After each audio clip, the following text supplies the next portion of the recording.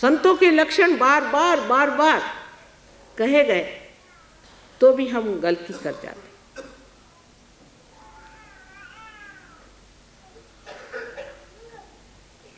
इसलिए पहले सत्य को जानने के लिए कुंडलिनी को हमारे सहस्त्रार में प्रवेश करके उसको प्रकाशित करना चाहिए, जहाँ ये 1000 पंखुड़ियाँ जागृत होकर के सुंदर कलियों के जैसे, पंखुड़ियों जैसे सुंदर नृत्य करें। इसे आप देख अभी नहीं सकते, बाद में आप देख सकते, क्योंकि जब आपको हो जाते हैं, जब आप स्वयं ही प्रकाश होते हैं, तो आप प्रकाश कैसे देखेंगे? जब आप प्रकाश हो गए तब लोग पूछते अब माँ क्या करें? जब दीप जला लिया तो आप प्रकाश दीजिए।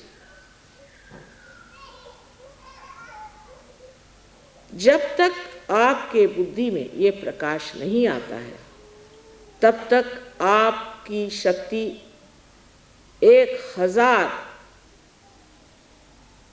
गुना कम है। मैं तो कहूँ कि इसका कोई अंत ही नहीं, फिर अनंत तक है शक्ति। पर उससे पहले इतनी सी जो शक्ति है, जैसे कि एक बरगद का पेड़ एक छोटा सा बीज होकर के अंत में इतना बड़ा पेड़ हो जाता है, उसी प्रकार जो मनुष्य की बुद्धि अपने को इतनी छोटी और सीमित लगती है, वो इस कदर बढ़ जाती है कि उसकी शाखाएं भी चारों तरफ उतर उतर के उसे और विस्थापित करते जाती है। ये परमात्मा का सत्य स्वरूप है, आत्मा का सत्य स्वरूप है। आत्मा सत्य को बताता है, लेकिन सहयोग में ज़रूरी है कि आपकी बैठक होनी चाहिए। अब आपने म्यूज़िक सुना, हिंदुस्तानियों को तो ये बात समझनी चाहिए कि म्यूज़िक चीज़ जो है बैठक के बगैर नहीं, बैठक चाहिए।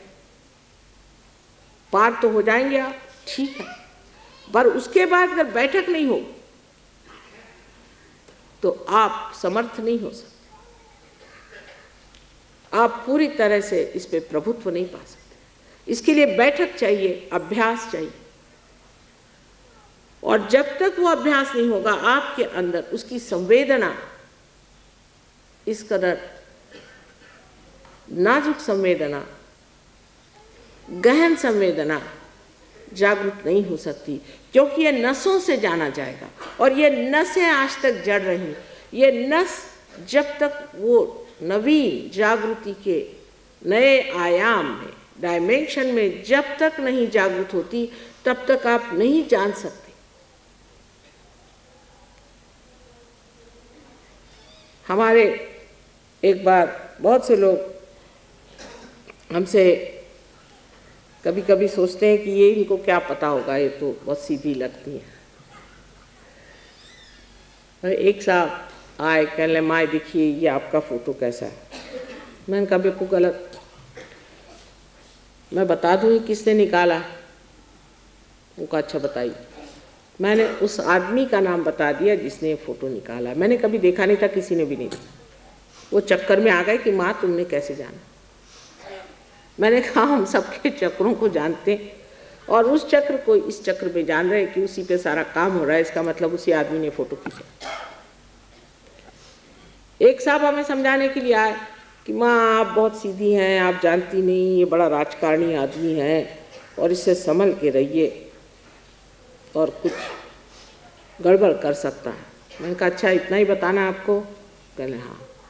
अच्छा आप सुनिए, आप में इसके बारे में क्या जानती हूँ कि इसकी बीवी अपनी नहीं है, किसी ब्राह्मण की बीवी भगा के लाया है, इसका बच्चा तो और इसका है, लेकिन ये बीवी दूसरे की। और सब उसका मैंने जो कच्चा चिट्ठा खोलना शुरू कर दिया तो वो आंखें फाड़ के देखने लगे कि माँ ने इस आदमी को तो एक ही बार देखा और इतना कैसे बता गई।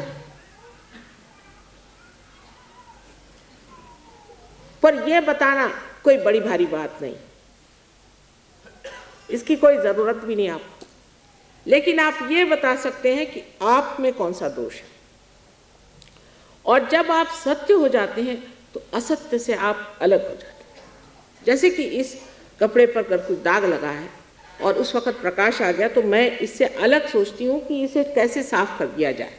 इसी प्रकार आप अपने से अलग हट करके जानते हैं कि ये असत्य है, ये हम नहीं ले सकते। जैसे आज एक साहब आए, कह ले माँ मेरा आज्ञा चक्र आप ठीक कर दीजिए। मतलब क्या कि मुझे अहंकार हो गया, इसे आप निकाल दीजिए। अगर किसी आदमी को कह दीजिए कि आपको अहंकार है तो वो मार बैठेगा आप। लेकिन जिस वक्त आज्ञा चक्र में दर्द होने लग जाता है तो खुद ही कहते माँ मेरा आज्ञा जरा कृपया आप ठीक कर दीजिए, इस आज्ञा से मैं परेशान हूँ। क्योंकि जो चीज आपकी दूषित है वो इशारा ही नहीं करती, कभी कभी दुखती भी है, कभी कभी बताती भी है, जताती भी है, और आपके उंगलियों पे आप जानते हैं कि आपको क्या शिकायत है, और आप वो शिकायत से एकाकार नहीं। हम लोग योग प्राप्त होने से पहले एकाकार होते। कोई आदमी है, वो जैसे एक किस्सा है, आप लोग बहुत सीरियस हैं, इतनी सीरियसनेस की कोई जरूरत नहीं, हल्की तबीयत से प्रसन्न चित्त बैठना। परमात्मा का विषय सीरियस नहीं है, गंभीर है लेकिन सीरियस नहीं, प्रसन्न चित्त होकर बैठे। इसीलिए मैं आपको कल जरा हंसा रही थी, प्रसन्न चित्त हुए बगैर कुंडलिनी चढ़ने वाली नहीं है। प्रसन्न चित्त बैठे। तो एक साहब गए मिनिस्टर साहब से मिलने, तो वहाँ एक साहब बैठे हुए थे, तो वो खूब कूद रहे थे। इनके समझ में नहीं आया। इनका साहब मतलब क्या, आपको हो क्या गया? कहले आपको पता नहीं मैं पिए हूँ। कहा अच्छा मुझे नहीं पता था आप पिए हुए हैं, माफ कर दीजिए। ये जो हम अपने ऊपर चढ़ा लेते हैं कि किसी नौकरी में हो गए, किसी पोजीशन में हो गए, 2-4 पैसे इकट्ठे हो गए, उसका जो एक अभिमान, ये अभिमान नहीं, दुराभिमान, ये जो हमारे खोपड़ी पे लग जाता है, जिससे हम अजीब से होकर के पिए हुए घूमते हैं, ये छूट करके मनुष्य देखता है कि ये जो है ये बाह्य है। अपने बुद्धि का गुमान, अपने पढ़ने लिखने का गुमान, हर तरह के गुमान मनुष्य में चढ़ जाते। वो तो बात बात पे घोड़े पे बैठ जाता है, घोड़ा है नहीं घोड़े पे बैठा है। ये सब इस तरह से छूट जाता है जैसे कि प्रकाश में अगर आपने हाथ में कोई सांप पकड़ा तो उसे आप फेंक देते हैं, उसी तरह से सब चीज फेंक जाती है, कहना नहीं पड़ता। लेकिन उसकी क्रिया क्या घटित होती है कि आज्ञा चक्र पे जब कुंडलिनी चढ़ती है और वहाँ की देवता जब जागृत होती है, तो ये देवता हमारे दोनों ही ईगो और सुपर ईगो, जिसे कि मनस और अहंकार कहते हैं, दोनों को ही आपस में खींच ले, शोषित कर ले। और यहाँ पर ब्रह्मरंध्र में तालु की जगह ऐसी जगह बन जाती है कि कुंडलिनी खट से बाहर चली जाए।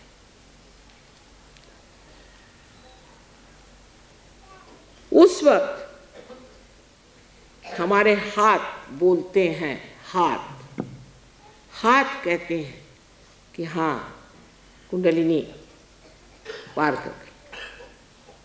जो लोग पार हो जाते हैं वही महसूस कर सकते हैं यहाँ की ठंडी हवा, और जो नहीं होते उनको मुश्किल होता है ठंडी हवा महसूस करना। उसके बाद जब आपके किसी चक्र में दोष हो, अगर आपकी विशुद्धि चक्र में दोष हो या अगर आपके नाभि चक्र में दोष हो, तो इन उंगलियों पे आप जान सकते हैं कि कहाँ पर हमारा दोष है। उसके बारे में आप सत्य जान सकते हैं। आप संसार की सारी बातों को जान सकते हैं। यहाँ बैठे बैठे आपके कोई रिश्तेदार हो, कोई हो, उनके बारे में आप जान सकते हैं, देश के बारे में जान सकते हैं, देश के नेताओं के बारे में जान सकते हैं, इलेक्शन के बारे में जान सकते हैं, चाहे जो भी जानना चाहे आप सब कुछ जान सकते हैं। लेकिन योग हो जाने के बाद मनुष्य का मन इन सब चीज़ों से हट करके परमात्मा की ओर लग जाता है।